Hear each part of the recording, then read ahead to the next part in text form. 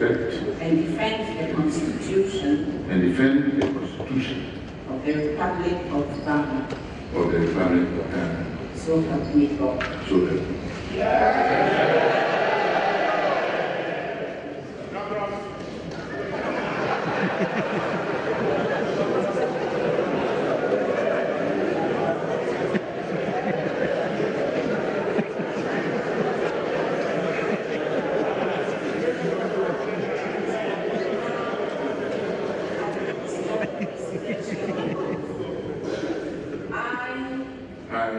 Professor Michael Aaron Okoye. In compliance with Article 6012. In compliance with Article 6012. Of the 1992 Constitution of the Republic. Of the 1992 Constitution of the Republic. Do in the name of the Almighty God swear. Do in the name of the Almighty God swear. That I will be faithful and true.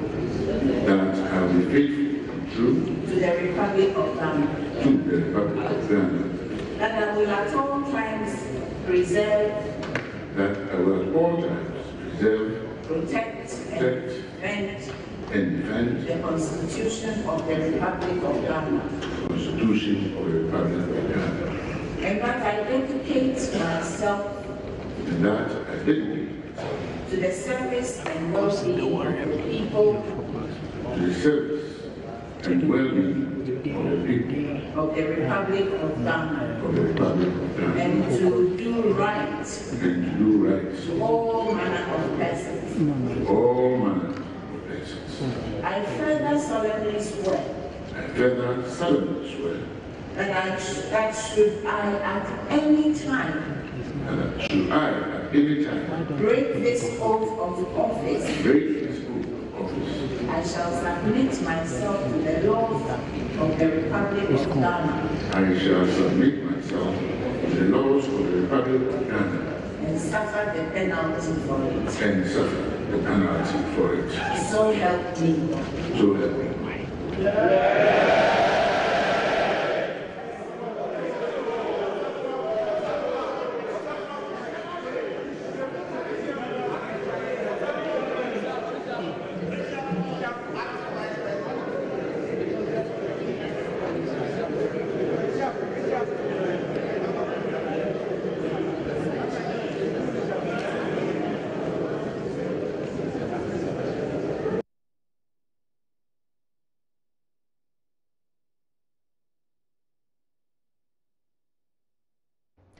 So you just saw there Professor Aaron Michael Okoye, Speaker of Parliament, now acting President of the Republic of Ghana after subscribing to that oath of office being administered by Chief Justice Madame Sophia Ekufo in the Chamber of Parliament a short while ago. And so now we have an acting President of the Republic from now until the return of President Ekufo-Addo.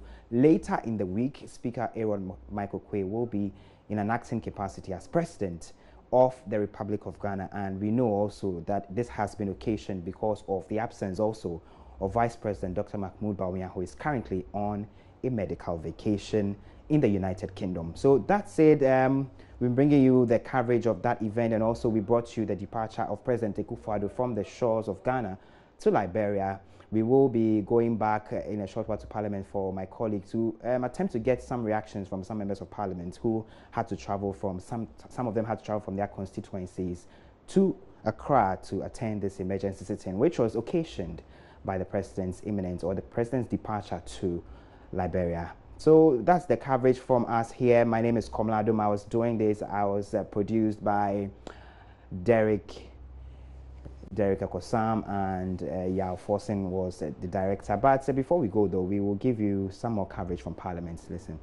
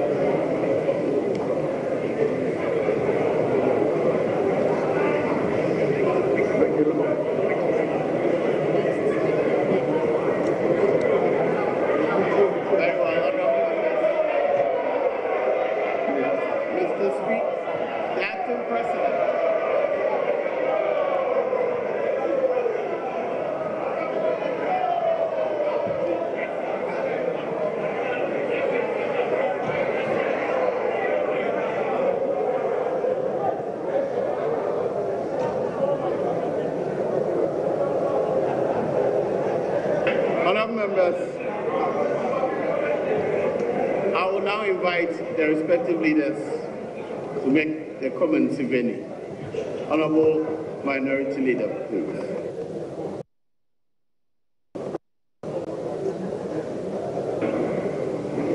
Mr. Speaker, let me thank you for the opportunity to make brief comments or remarks as Ghana has to further development of the beauty of its constitutional democracy. And Mr. Speaker, to note that in Ghana there would be no what is known as a constitutional interaction of a vacuum in the Republic. The President, understandably, as you rightly read, the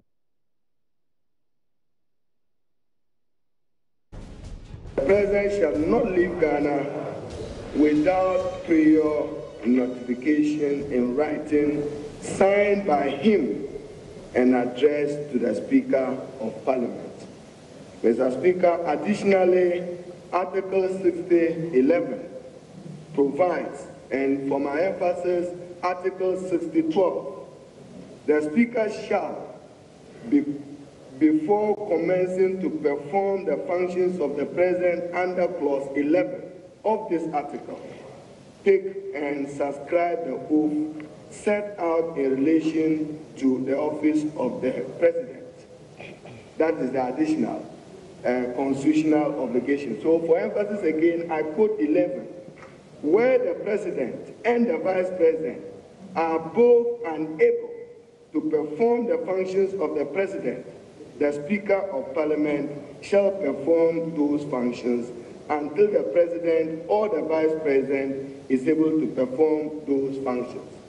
Mr. Speaker, permit me to make these comments to enrich our constitutional jurisprudence, and particularly for Parliament to wake up to do what is appropriate to forestall a future constitutional crisis in the country. We have done what is appropriate, and we should commend you. We have followed the law.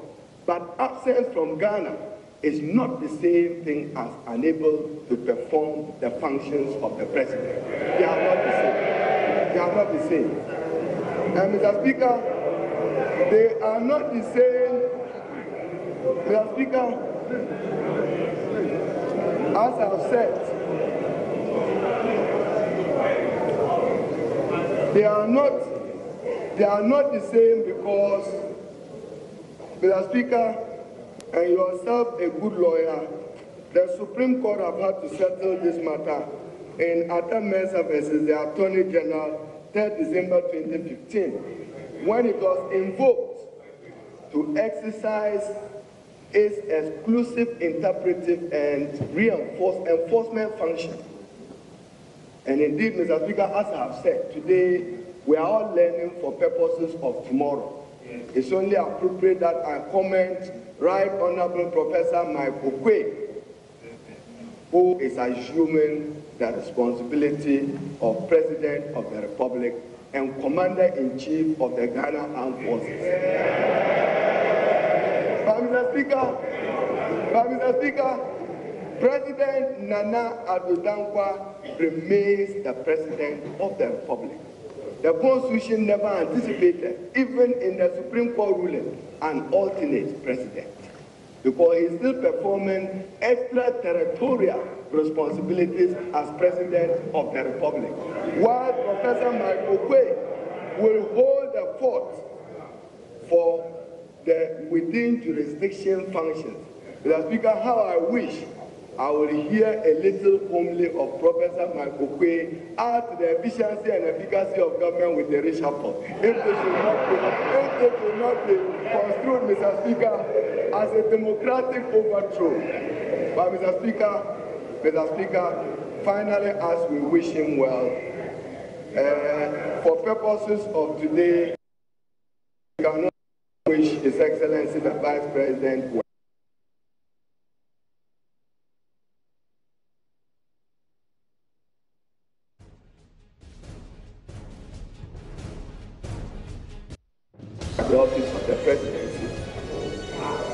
I'm just bringing it. I'm saying not for today. This is Parliament. This is Parliament.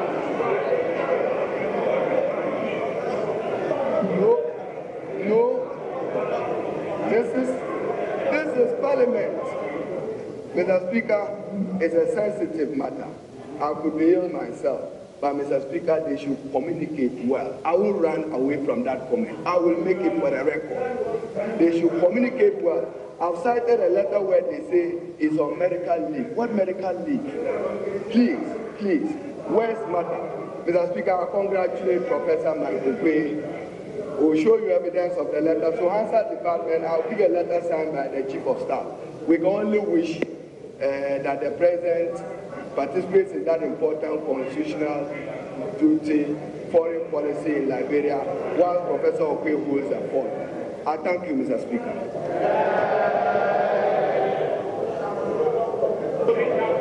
Honorable Majority Leader, you may make a comment now.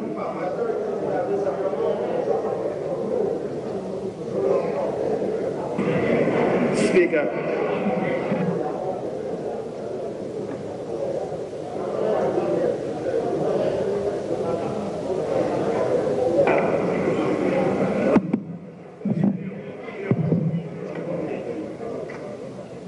Mr. Speaker, I thank you for the opportunity afforded me to say a few words about the acting president, Professor Michael Aaron OCQUAYE, our own Right Honorable Speaker, whose life within a twinkling of an eye has been transformed. And now he's ascended to another level. Unbeknown to any of us, just 3 days back. Mr. Speaker, I would want to associate myself with the first leg of the issues raised by the minority leader with respect to Article 68, which provides, and I quote, whenever the president is absent from Ghana or is for any other reason unable to perform the functions of his office, the vice president shall perform the functions of the president until the president returns or is able to perform his functions. Where 11 comes into play, the construction is a bit different. It says where the president and the vice president are both unable to perform the functions of the president. In that regard, it doesn't talk about absence from Ghana. Mr. Speaker, I raised this matter some 3 years ago. I was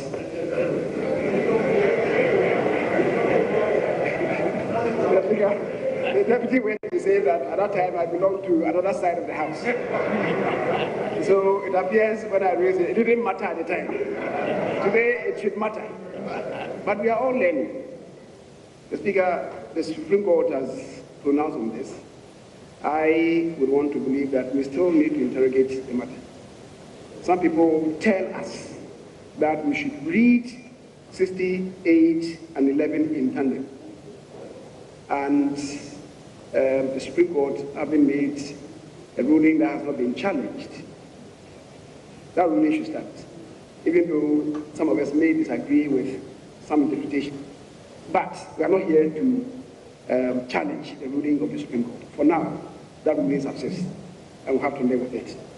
But going forward, we may, as a country, may as a House, do some serious introspection on that. The Speaker, another issue is the relevance of the word whenever. Whenever, in other words, mean whensoever. At any time.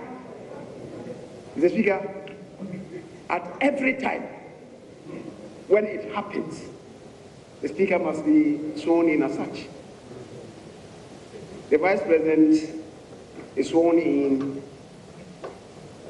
respect of the provision contained in Article 69. The Vice President shall, before commencing to perform the functions of the President under Clause 6 of this article, take and subscribe to the oath. When he does so on one occasion, it's not repeated. The Speaker has to repeat it any time. May that be necessary. So I think that is what obtains. That is what we have been doing in this House. Whenever the Speaker assumes that role, the Speaker has to do that. So going forward, as the minority leader is saying, we may, as a country, have to look at that again. Mr. Speaker, the Speaker did not take the oath of secrecy. The oath of allegiance, the Speaker has already taken it. So I would want to believe that going forward, whenever he has to be sworn in, he doesn't need to take the oath of allegiance because he has already done so as a Speaker. What he didn't do was the oath of secrecy. That is done by the President. So I would think that going forward, when the Speaker has to be sworn in as a Speaker, the oath of secrecy may have to be administered. It's never been done, but I guess we can improve our own procedures going forward. And I want to also believe that the Speaker, when the Speaker enters this chamber, he comes by this narrow path, the straight path. When he is leaving, formally at the end of sitting, he leaves by the same way. When he suspends the House, he leaves by the route to his right as a Speaker. When the President visits and is leaving the chamber, he leaves by the left. So after the coronation, I was thinking that the Speaker will use this road.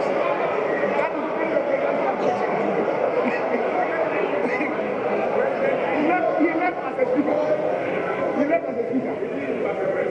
As a President, he must use this route. That's how I know. But I guess, Mr. Speaker, we can again improve our own processes. We believe Professor Michael OCQUAYE